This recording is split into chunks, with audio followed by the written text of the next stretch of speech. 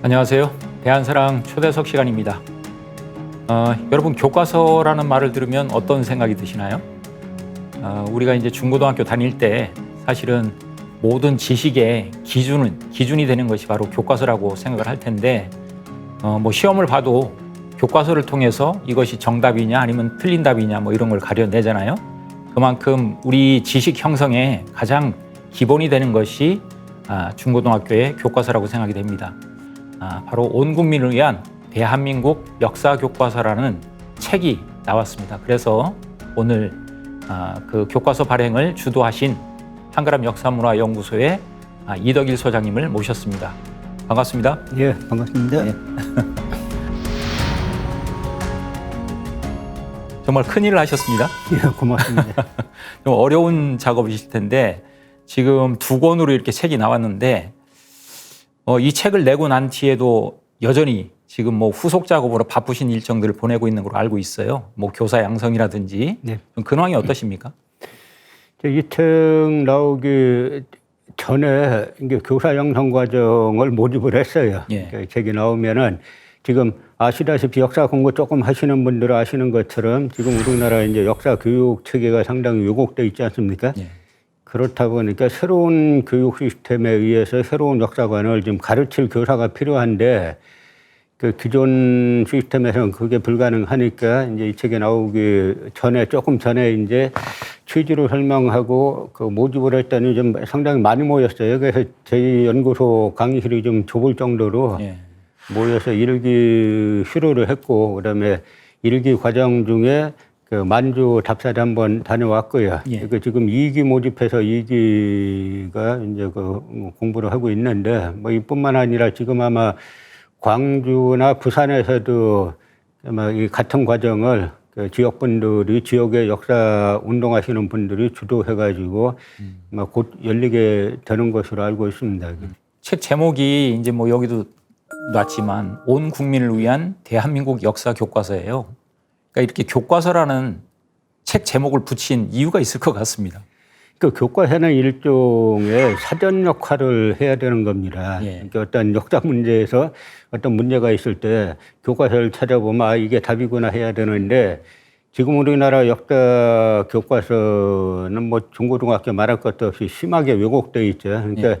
대한민국에서 사용하는 역사 교과서면 대한민국의 관점을 담아야 되는데 아직도 총독부의 관점을 가지고 가르치고 있기 때문에 저희가 이 교과서를 편찬할 때 이제 대한민국의 정체성에 맞는 역사 교과서를 만들자는 것 하나와 또 하나는 사전 역할을 하는 교과서를 만들자. 그래서 매년 우리 사회에 보면은 역사 문제 가지고 그 논란이 많잖아요. 예. 그럴 때마다 한번 이 책에서 살펴보면 이것이 이제 그 정답은 딱 뭐 저희가 제시한 게 정답이라고까지 뭐 말하긴 뭐 좀 그렇습니다만 어쨌든 이거는 이런 내용이구나라는 거를 알 수 있게 평생을 소장할 수 있는 뭐 그런 가치가 있는 책을 한번 만들어 보자라는 목표 갖고 이제 제작을 한 겁니다. 예.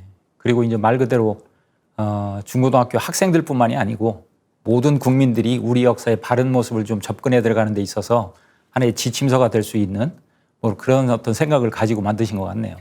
그렇죠. 그래서 지금 여러분들이 자발적으로 이 교과서를 좀 보급하는 운동들을 하고 계신데 예. 이분들의 모토가 온 국민의 가정에 한 권씩은 이게 뭐 그 종교나 사상이나 뭐 이런 그 뭐 진보냐 보수냐를 떠나서 예. 온 대한민국 국민이라면 가정에 한 권씩은 갖고 있게 하겠다라는 그 목표를 가지고 이제로 활동하는 분들이 여러 분 계십니다. 예. 하여튼 뭐 좋은 일인 것 같고요. 지금 우리가 중고등학교의 교과서, 특히 역사 교과서 같은 경우는 검정 체제잖아요. 네. 이제 정부에서 제시한 어떤 틀 속에 맞추어 가지고 이제 서술을 하면 인정을 해주는 이제 검인정 체제인데 특히 이제 중학교 8종, 고등학교 8종에서 뭐 여기 몇 권을 제가 오늘 가져왔습니다만 한 16종류가 있죠. 그런데 이번에 낸 이 대한민국 역사 교과서는 기존에 이제 검정 체제하고 어떤 차이점이 있는지 이 발행 체제 또 그 차이점을 좀 얘기를 해주시면 좋을 것 같습니다. 그 전 세계 국가에서 채택하고 있는 교과서 체제는 세 종류가 있습니다. 예. 하나는 국정이고요. 또 하나는 검정 또는 검인정이고 또 하나는 자유발행제입니다. 예. 근데 국정은 주로 사회주의 국가들에서 이제 한 종의 교과서만 국가에서 제작해가지고 이제 보급하는 그런 체제입니다. 예. 그다음에 이제 검정, 검인정은 국가에서 제한된 수량을 예, 채택을 하는데 그래서 이제 한국이나 일본은 검정, 검인정 시스템이라고 볼 수 있습니다. 그런데 지난 박근혜 정권 때 국정교과서 파동이 있었잖아요. 그때 저도 물론 이제 국정이라는 형식 자체는 이제 반대를 했기 때문에 저도 이제 반대하는 길거리 특강도 하고 했습니다만 저는 그때 그 길거리 특강에서 제가 중시한 거는 체제도 문제지만 더 중요한 거는 내용이다. 국정이냐 검정이냐 이건 어떻게 보면 부차적인 거고 더 중요한 건 내용이다라고 했는데 그래서 국정교과서가 폐지되고 나서 이제 검정교과서 체제로 바뀌어가지고 이제 중고등학교 8종씩을 가르치고 있지 않습니까? 예. 근데 박근혜 때 국정교과서와 내용이 99% 똑같아요. 예. 그러면 무엇 때문에 그렇게 효동을 일으켰나 하는 이야기죠. 그래서 이 국정이나 검정이나 모두 다 이제 국가에서 정해진 그 틀을 이 지필 기준을 제시하기 때문에 그 기준에 벗어나는 것은 채택될 수가 없는 겁니다. 마찬가지예요. 그 마지막 남은 게 이제 자유발행제인데 자유발행제는 학자와 선생님들이 자기 역사관을 가지고 쓰는 건데 대부분의 OECD 국가들은 자유발행제를 채택하고 있습니다. 그래서 저희가 그 자유발행제를 표방하고 이제 온 국민을 위한 대한민국 역사교과서를 출간을 한 것이죠. 그러니까 우리 역사학계에서는 어떻게 보면 자유발행제 역사교과서로는 거의 처음으로 이렇게 제대로 나온 거라고 볼 수 있겠네요. 그렇죠. 예.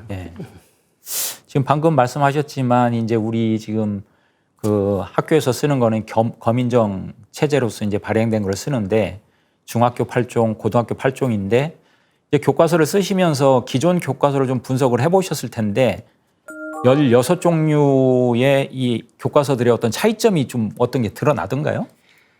차이점은 거의 없다고 볼 수가 있죠.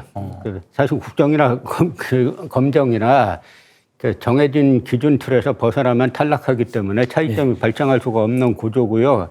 거기에서 약간씩의 이제 차이가 있다면 있다라고 볼 수 있는데 그 차이는 미미합니다. 근데 보다 중요한 거는 역사를 쓴다는 거는 관점이 역사관이라고 말하지 않습니까? 예. 관점이 가장 중요한데 누구의 관점으로 이제 역사를 썼느냐 하는 겁니다. 대일항쟁기 때 대표적인 역사학자이자 독립운동가셨던 단재 신초 선생이 역사는 아와 비아와의 투쟁이다라고 말씀하셨잖아요. 여기서 아는 대한민국과 우리 민족을 뜻하고 비아는 그 외의 전체지만 대표적으로는 우리나라를 점령한 이제 일제를 뜻하는데 지금 우리가 사용하고 있는 이 학생들이 배우고 있는 한국사 교과서의 상당 부분은 일제의 관점으로 지금도 서술되고 있다는 것이죠. 예. 그래서 이제 거기에 상당히 많은 문제점이 발생하고 있는 건데요. 지금 저희가 이제 식민사학이라고 부르는 그런 황국사관, 일왕을 중심으로 일왕을 역사의 주체로 보고 역사를 서술하는 황국사관, 조선총독부사관, 식민사관 다 마찬가지 내용인데요. 그런 비판을 받으니까 이 사람들이 거꾸로 우리 관점의 역사를 국수주의에 모내가면서 비판을 하는데 단재 신초 선생이 철저한 민족주의자이자 또 아나키스트예요. 옛날에 무정부주의라고 불렸던 아나키스트인데 무정부주의는 아나키스트가 아니라 철저한 자치 자유를 추구하는 겁니다. 그래서 절대 다른 민족을 침략하거나 하는 그런 관점이 아니라 단지 자기네 역사로 쓸 때는 자기네 주체로 보는 건 당연하잖아요. 그렇죠. 그래서 이제 그런 관점의 역사를 써야 되는데 지금 사용하고 있는 역사 한국사 교과서들은 내용에 보면 상당 부분 총독부 관점에서 아직도 벗어나지 못하고 있었고 그건 제 이야기가 아니라 해방 이후 지금까지 계속 이제 문제 제기되어 왔던 부분인데요.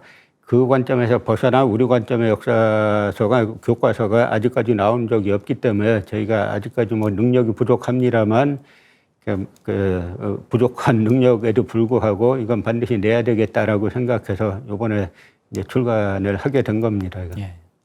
제가 그냥 일반 시청자 입장에서 이런 생각을 하시는 분도 있을 것 같아요.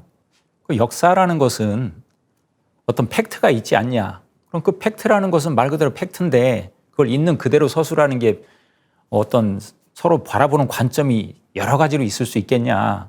그 관점 하나를 그대로 쓰는 교과서라면, 역사 교과서라면 국정으로 하나가 나오는 게 좋지 않을까. 그런 생각도 할 수 있다고 보거든요.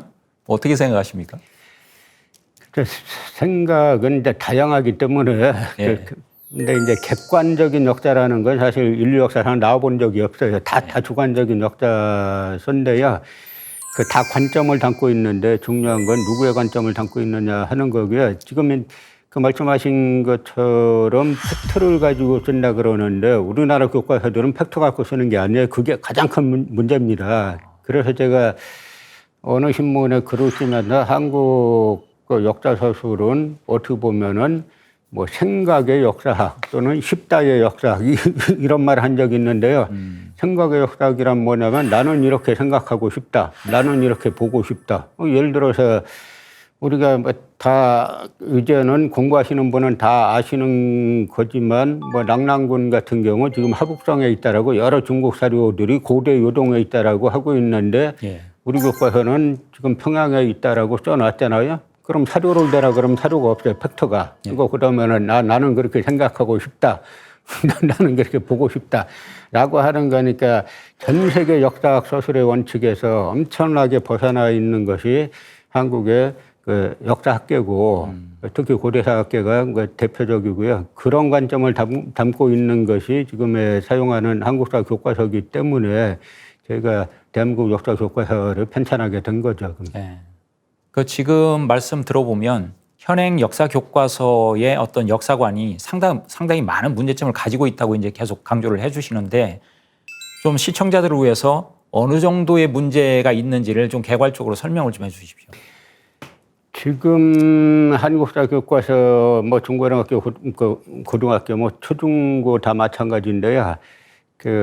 이 교과서로 관통하고 있는 역사관은 두 가지라고 보시면 됩니다. 하나는 조선 후기 노론사관이고, 예. 그다음에 그 일제 식민사관. 요 두 가지가 아주 악성 교배한 거예요. 그러니까 조선 후기 노론사관이라는 거는 노론이란 당판에 이제 서인의 한 당파인데 인조반정을 일으킨 이제 그런 세력이죠. 그래서 인조반정 자체가 광해군이 그 당시 후금 청과 명 사이에 이제 등거리 이 중립외교를 한다는 걸 갖다가 명나라에 대한 배신이다라고 해가지고 쿠데타를 일으켰잖아요. 예. 그러니까 극도의 친명사대주의 역사관이고, 그다음에 노론이란 당파의 마지막 당수가 이완용인데 예.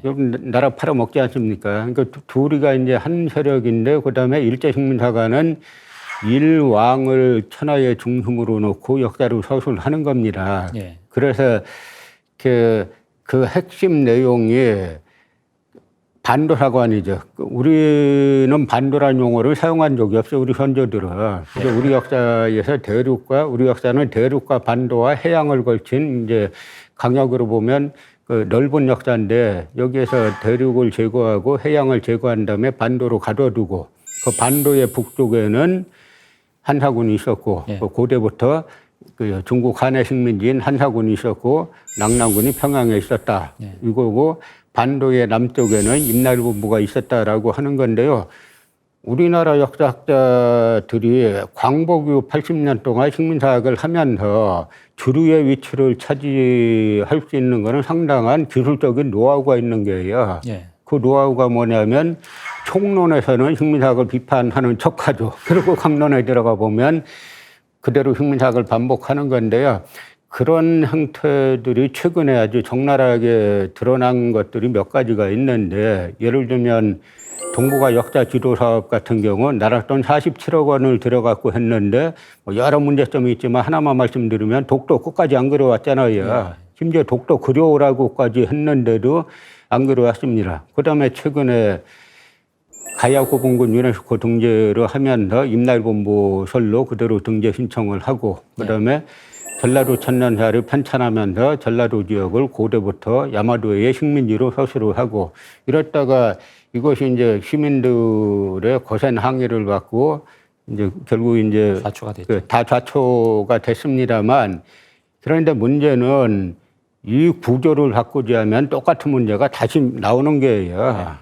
그러니까 지금 일본의 독도 계속 자기네 거라고 하는 이유는 이 국내의 학자들이 겉으로는 아닌 척하면서 실제 속을 보면 대한민국 국고 47억을 들여서 만드는 동북아 역사 지도에 독도 안 그려오잖아요. 그러니까 이 구조를 바꾸지 않으면은 같은 문제가 반복되는 거고 그렇게 가다 보면 과연 이 나라 이 민족의 미래가 가능할까라는 이제 우려를 저뿐만 아니라 이제 많은 분들이 하셨고요. 예. 그래서 아직 제가 뭐 그 힘은 미약하지만 빨리 이제 하나로 정리된 교과서가 필요하다. 그래서 어떤 문제가 발생했을 때 이 교과서를 가지고 대응을 할 수 있는 그런 체제가 필요하지 않냐라는 요청을 제가 예전부터 많이 받았습니다. 이 책을 갖다가 그 대한민국 광복회하고 대한민국 순국선열 유족회에서 이제 공식 추천을 했는데요. 그 광복회장인 유종찬 회장님 같은 경우 뭐 우당유영 선생의 그 손자시고 그 계속 이제 그 온 집안 자체가 다 독립운동 한 집안이잖아요. 이분이 예전부터 저한테 하신 말씀에 이분이 자기는 어릴 때 독립운동하는 선조들, 이분은 항일 선조라고 말씀하시는데 항일 선조들로부터 어릴 때부터 무릎 꿇고 이 강의를 들었는데 이분들이 매일 역사하고 이야기만 했다는 거예요.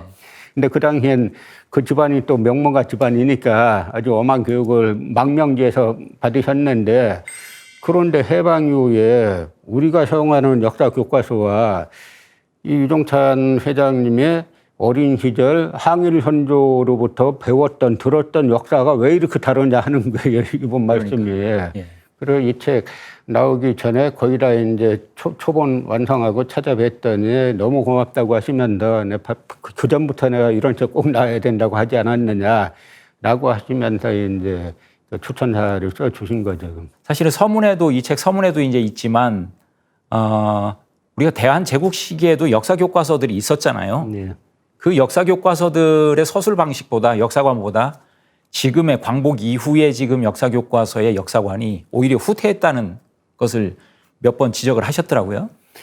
많이 후퇴했죠. 그러니까 이제 일본이 임진왜란 때 침략을 했다가 실패했지 않습니까? 그런데 임진왜란 자체도 보면은 일본이 질 수가 없는 전쟁이었어요. 그 당시 조선은 정상적인 국방 시스템이 다 무너졌고 일본은 15만 군이 왔는데 다 조총으로 무장하고 있었지 않습니까?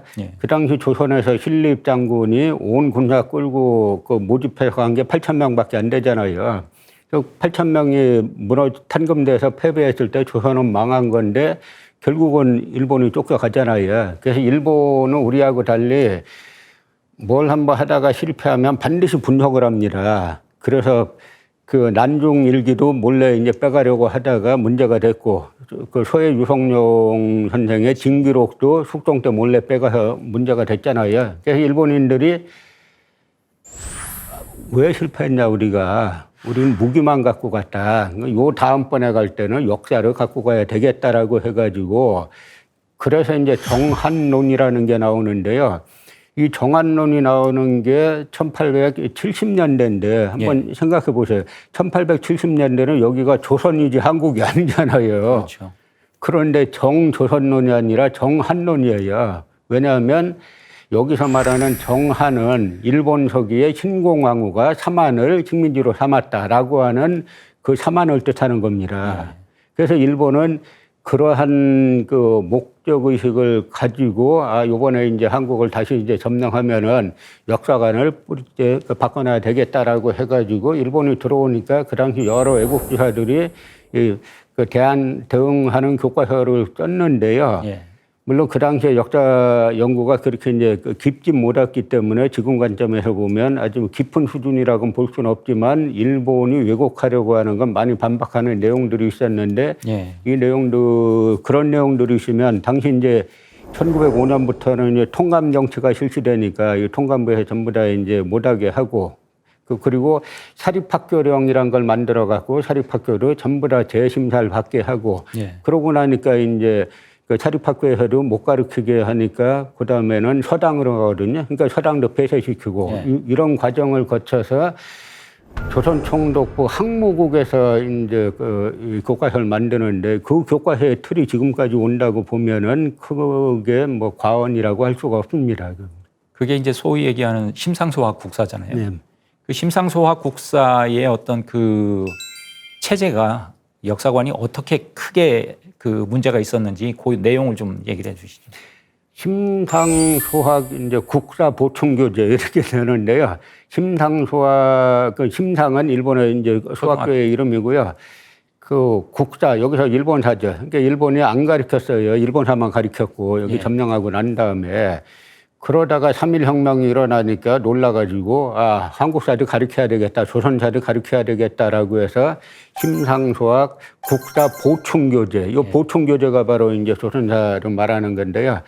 큰 틀은 그 강역의 관점에서는 반도하로 가두고 그러니까 대륙과 해양을 다 잘라버리고 그다음에 반도의 북쪽은 단군은 제외하고 예. 그다음에 기자위만 한사군으로 시작하는 이쪽이 반도의 북쪽을 잡고 있었고 반도의 남쪽에는 사만이 있었다. 그리고 그 사만의 그 하나는 일본이 와서 지배한 임나일본부였다. 예. 그 틀을 가지고 심상소학 국사 보충 교재를 그 편찬을 했는데 그 틀이 지금까지 그대로 오는 겁니다. 예. 지금 사실 우리 한국사 교과서의 이제 맥을 보더라도 지금 말씀하신 심상소학 국사 보충 교재의 그 남북 분단의 그런 어떤 역사 인식이 그대로 다 드러나고 있다고 보이는데 그런 이유가 이제 그 심상소학 보충 교재 이후에 사실은 조선 총독부에서 조선사 편수회를 만들어 가지고 조선사 편찬 사업에 들어가잖아요. 그 조선사 35권의 그 틀을 아직도 벗어나지 못했다. 이제 민족사학께서는 이렇게 주장을 하고 있는데 그 내용을 좀 더 얘기를 해 주시죠. 어떤 문제점들이. 그러니까 일본이 그 조선사를 편찬하면서 목적은 이제 노골적으로 일본의 입장을 드러내면 이제 저항이 심할 것 같으니까 예. 그 표방은 자료집을 표방한다라는 식으로 이제 그 편찬을 했죠. 그러니까 일반 사람들이 그냥 보면 자료를 나열한 것 같기 때문에 일본에서는 왜곡 안 했다라고 하는데 제가 아까도 역사의 객관은 없다 그랬잖아요. 예. 어떤 자료를 취하고 어떤 자료를 버릴 것인가라는 이 점에서 일본이 그 의도하고 있던 그 목표 반도사, 그러니까 반도의 북쪽은 중국의 식민지, 반도의 남쪽은 일본의 식민지 이 관점이 이제 정확히 유지돼 있는 거고요.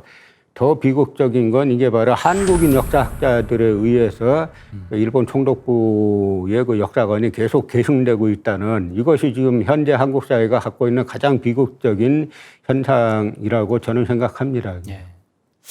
그래서 그런지 지금 이번에 이 책이 이 역사 교과서가 나온 뒤에 기존에 이제 강단사학의 몇몇 소위 젊은 소장파라고 하는 학자들을 내세워서 많은 비판과 또 공격들이 드러나고 있잖아요. 어떤 얘기들이 지금 오고 가고 있습니까?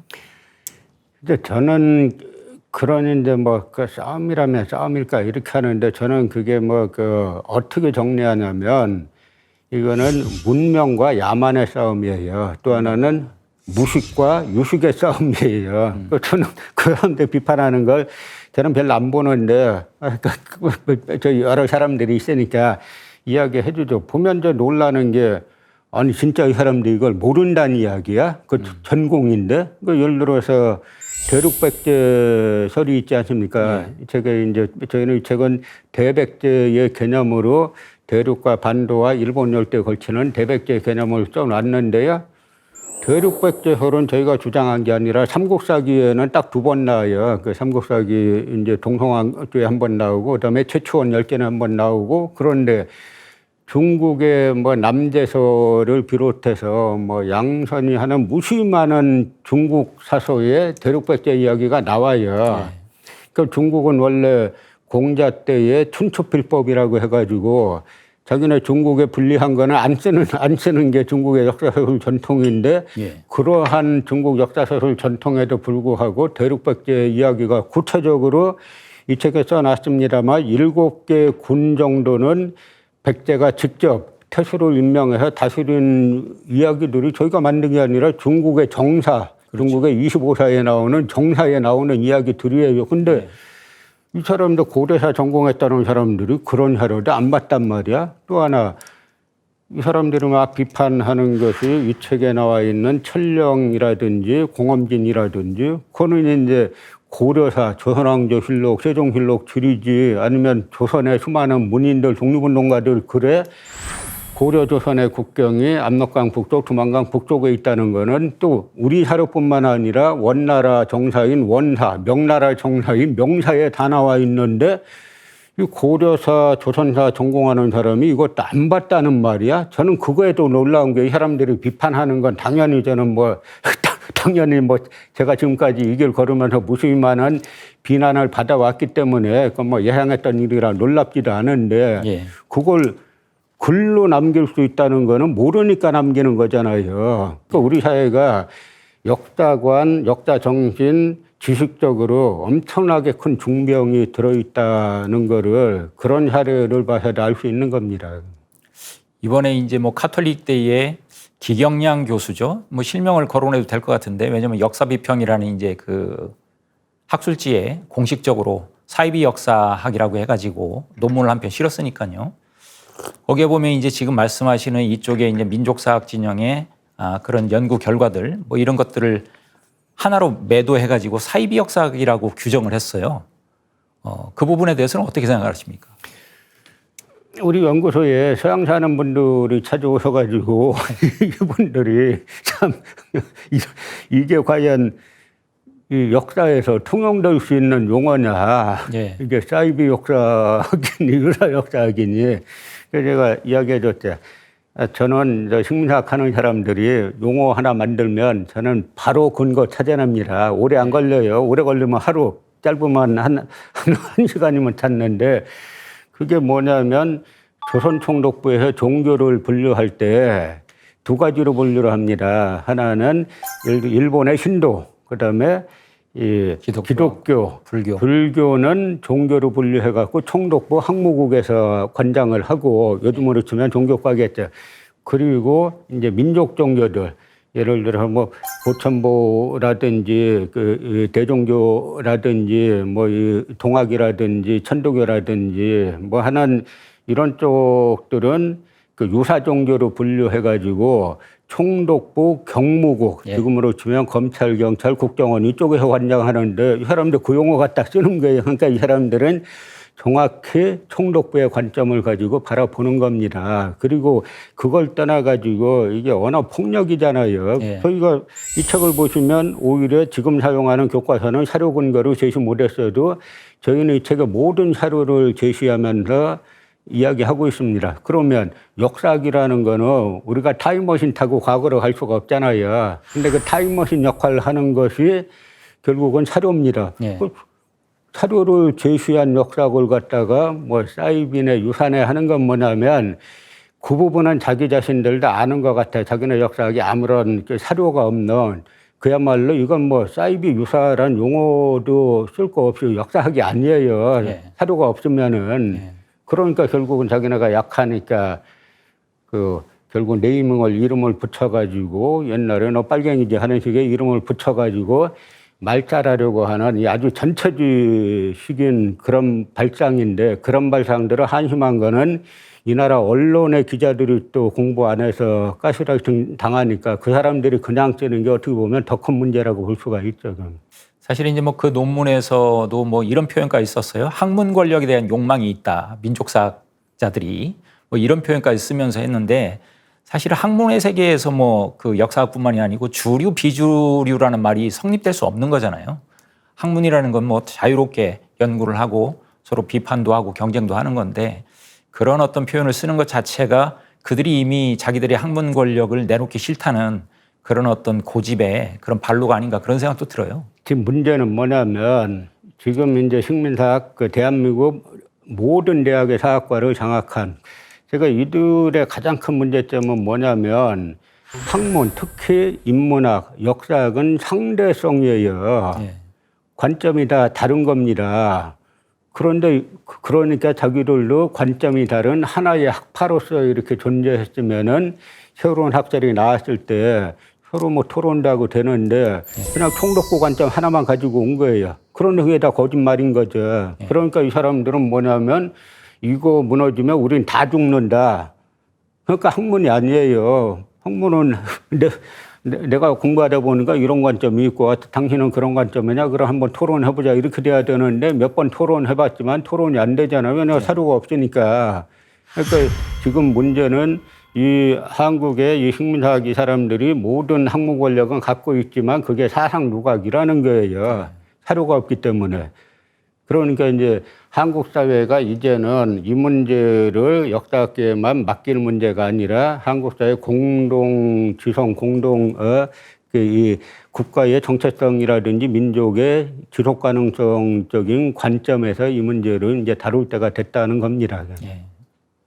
이제 뭐 내용을 가지고 좀 살펴볼 시간인데 지금 기존 교과서를 제가 한 4종 정도만 가져왔는데 사실은 지금 보면 이 교과서가 크게 이제 이 한 권으로 구성이 돼 있어요. 기존 교과서들은.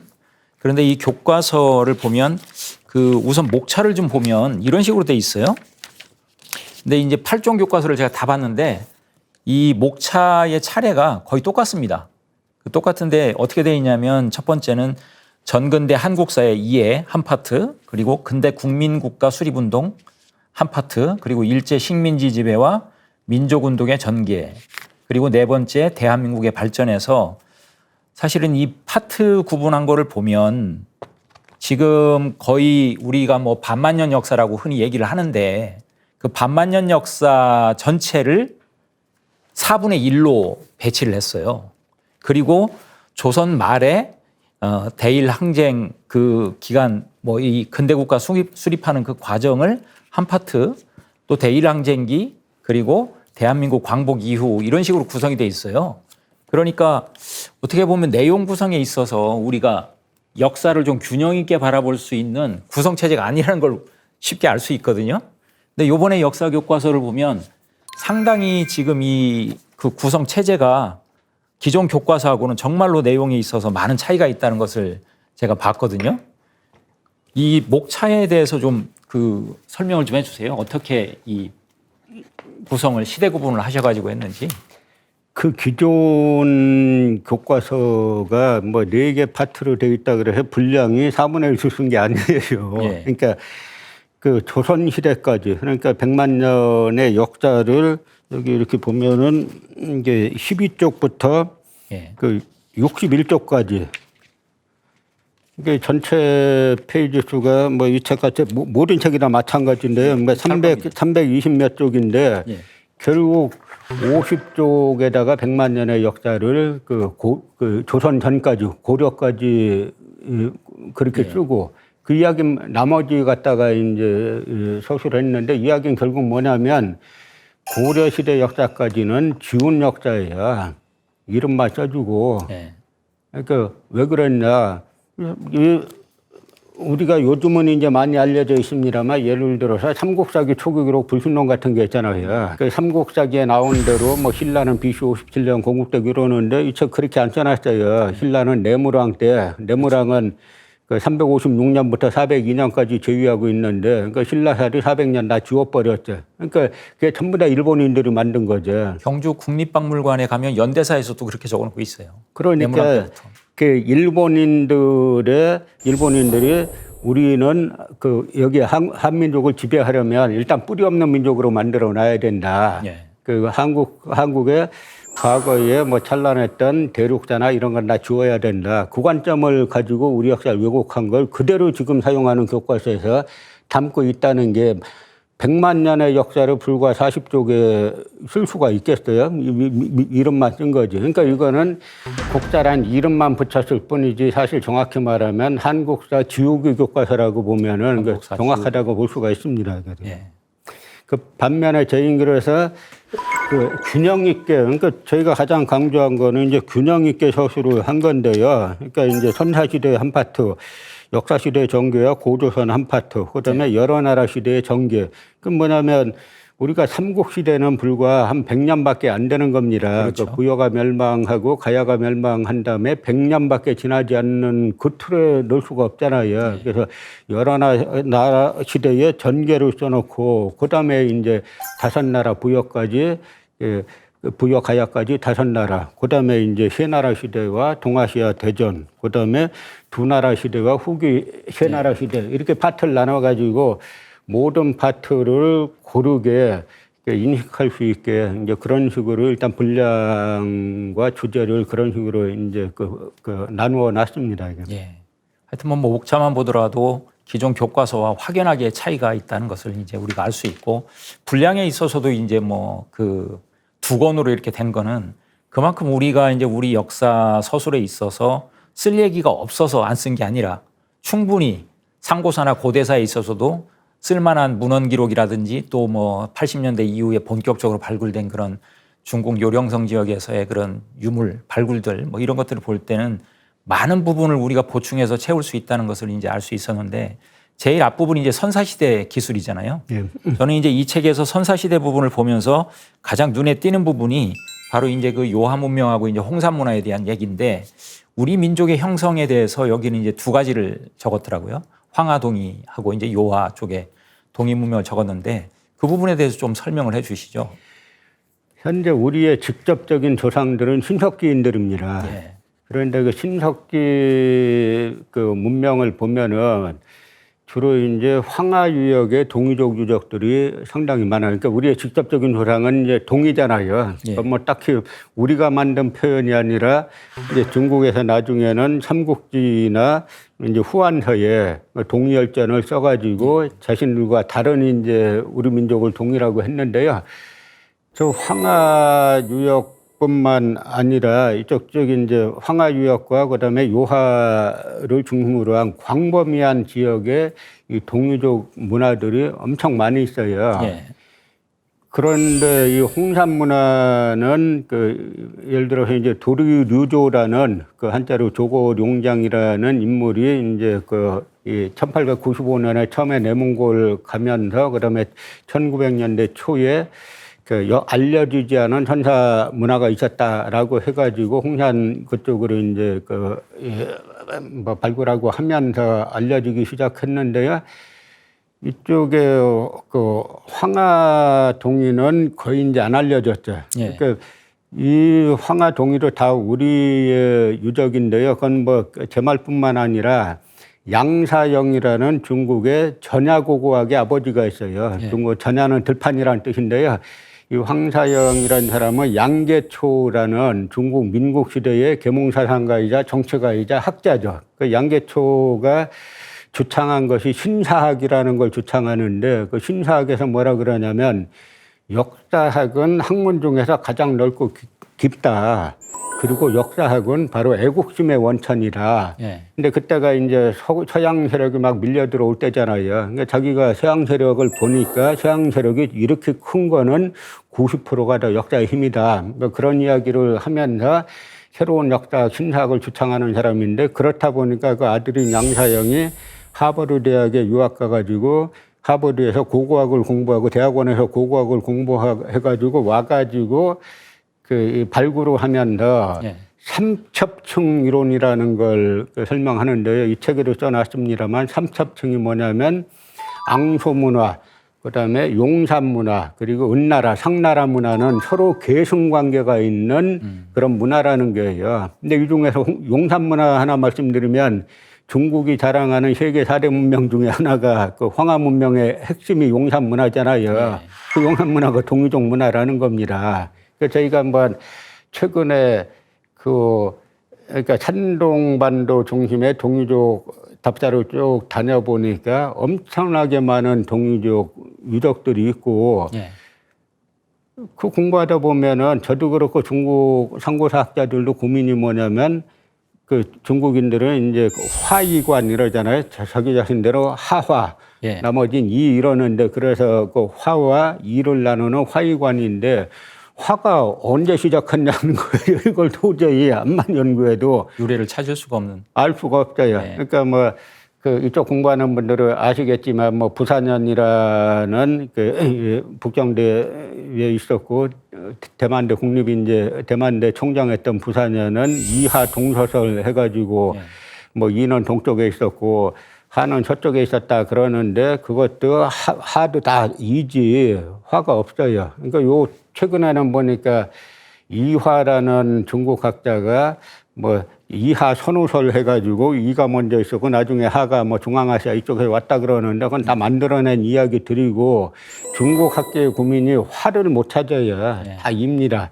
근데 그 이가 산동반대도 광범위하게 있었고 그다음에 그 지금 유화문명이라고 말하는 홍산문화 중심에도 광범위한 이가 있었고 이들이 바로 우리의 이제 직접적인 조상들인 거죠. 지금 특히 이제 그 홍산 지역, 우화량 지역에서 발굴된 그런 유물 유적을 통해서 사실은 이제 단군조선 이전에 환웅의 신시와 연결 지을 수 있는 뭐 그런 유적지들도 많이 발굴이 되잖아요. 그 이 책에서는 아직 이제 본격적으로 그 부분은 많이 다루지는 않았던데 그 홍산 문화 속에서의 우리 그 환웅 시대와 연관되는 그런 부분을 좀만 그 설명을 좀 해주시죠. 그러니까 이 책에서는 어떤 그 저희가 이 정도 이야기는 이제 합의됐다라고 봐도 좋다. 그러니까 이 정도는 학문적으로 우리가 성립됐다고 봐도 좋다라는 정도 이야기만 서술하는 거 원칙으로 삼았습니다. 예. 특별하게 뭐 저희의 역사관을 담는다거나 그런 건 최대한 이제 자제를 했고요.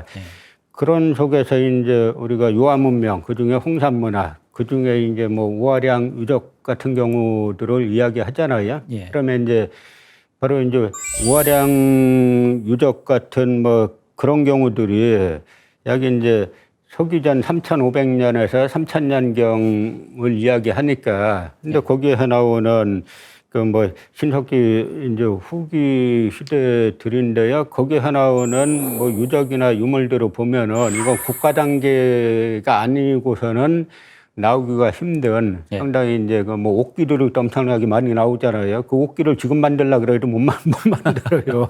근데 그 당시에 신석기 시대에 생각해 보면 돌로 그거 다 다듬었다는 거잖아요. 그럼 그거는 이미 분업화된 장인들이 있었다라고 하는 이야기고 그 정도 이제 제사장이 있었다고 그 신정일치에 그 국가 권력이 있었다고 하는 이야기고 그래서 이제 그 우화량 유적을 가지고 그 신시 우리가 이제 그 삼국에서 말하는 신시 단계가 아니냐라고 하는 말씀하시는 분들이 있는데 뭐 일리가 있다고 생각합니다. 이제 그 부분은 조금 더 이제 연구를 해야 되겠고요. 그래서 중국의 이제 소병기라는 학자는 국가 발전 단계를 고국, 방국, 제국 이렇게 나누잖아요. 그래서 이제 그 소병기 같은 경우도 이 시기는 벌써 방국의 단계, 두 번째 이제 방국의 단계다라고 이야기하는데 그다음에 방국 단계에서 제국 단계로 나가면 그 지역에 있었던 국가는 고조선밖에, 단군조선밖에 없는 거예요.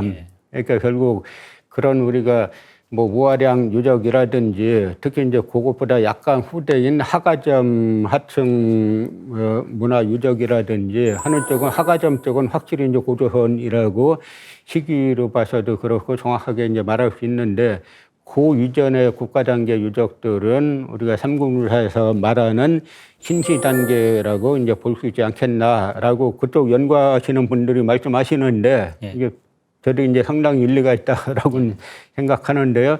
조금 더 많은 분들이 이쪽을 좀 연구를 하셔가지고 좀 더 보다 더 정교화했으면 좋겠다라는 생각이 듭니다. 역사 시대로는 이제 고조선부터 이제 본격적으로 서술을 하고 있는데 기존 교과서에서는 사실은 고조선에 대한 서술이 보면 뭐 8종을 다 봐도 많아야 반 페이지 정도를 적고 있어요. 많아야 반 페이지 정도를 적고 있는데 그것도 뭐 고조선이 건국되었다고 한다. 뭐 이런 어떤 좀 애매한 어떤 그 시각에 그런 어떤 서술을 하고 있는데 기존 이번에 쓰신 역사 교과서를 보면 고조선 부분만 45쪽에 해당되는 분량을 적으셨어요. 예. 뭐 이렇게 고조선 부분에 대해서 자세하게 다룬 어떤 이유 뭐 이런 것들이 있을까요? 어떤 분이 오셔갖고 하더라고요. 이 책을 갖다가 자기 이제 고등학생 딸에게 보여줬더니 예. 고조선편은 뭐가 아닌 고조선이 이렇게 고조선이 많이 있었어요라고 하던데 이것도 사실 많이 축약을 한 거죠. 예. 우리가 우리가 그 역사 문헌이 남아 있는 시대를 역사 시대라고 하고 문헌이 남지 않은 시대로 선사 시대라고 하지 않습니까? 예. 이제 뭐 신시 같은 경우는 뭐 문헌이 있긴 있는데 구체적인 문헌은 없으니까 예. 과연 역사 시대냐라고 역사 시대로 볼 수 있느냐라는 이제 문제가 발생할 수 있는데요. 고조선 같은 경우는 우리 민족의 이제 국가의 원 뿌리고 예. 그리고 우리가 이 개천절을 이제 대한민국 임시정부에서는 건국기원절로 이 기원을 했는데요. 예. 그것도 전 중요한 인식이라고 생각합니다. 왜냐하면 이제 단군이 그 나라를 연 그때를 갖다가 우리는 이제 천하가 열렸다, 세상이 열렸다. 그래서 이제 개천이라는 의미도 상당히 좋습니다. 좋은데 이걸 구체적인 역사로 들어와서 우리 역사가 국가가 시작된 날이다라고 해서 건국기원절이고 그 다음에는 여러 이 나라들이 세워졌지만 건국이라기보다는 우리는 이제 개창이란 새로운 왕조가 개창됐다라는 뿌리는 같다는 그런 이제 인식을 갖고 있는 건데요. 제가 놀란 거 하나는 중국의 명나라를 세운 주원장이 조선의 권근이 사신으로 갔을 때 시를 주는 게 있어요. 거기에도 뭐라고 돼 있냐면 단군께서 건국하신 후 많은 세월이 지났는데 많은 나라가 개창됐는데 그래서 이거는 명나라 주원장이 어떻게 해갖고 우리 건국 수조가 단군이라는 걸 알게 되었는지는 잘 모르죠. 우리가 아시다시피 주원장은 공부가 깊은 사람도 아니고 농민 출신, 빈농 출신이잖아요. 그러니까 이야기는 뭐냐면 중원의 명나라를 세운 조선의 유학자들의 사대한 주원장까지도 우리 개국 시조가 당군이란 걸 알고 있다는 건데 지금 사용하고 있는 역사 교과서는 당군을 다 지웠잖아요. 예. 당군을 지우기 시작한 건 다 일본인들이 여기를 점령하고 나서 지우기 시작한 거죠. 그래서 우리는 명시조 주원장까지도 우리 역사의 시작을 당군으로 봤으면은 족보를 쓸 때 가장 중시하는 게 이 시조잖아요. 마찬가지로 나라의 역사를 쓸 때는 첫 건국한 나라, 첫 건국 임금이 이제 중요하기 때문에 그렇다 그래서 저희가 뭐 상상력으로 쓴 건 아니고 모든 사료를 가지고 문헌 사료와 고고학 유적 유물을 가지고 되도록이면 당군조선에 대해서 자세히 좀 지면이 허락하는 한 자세히 쓰려고 노력을 했습니다.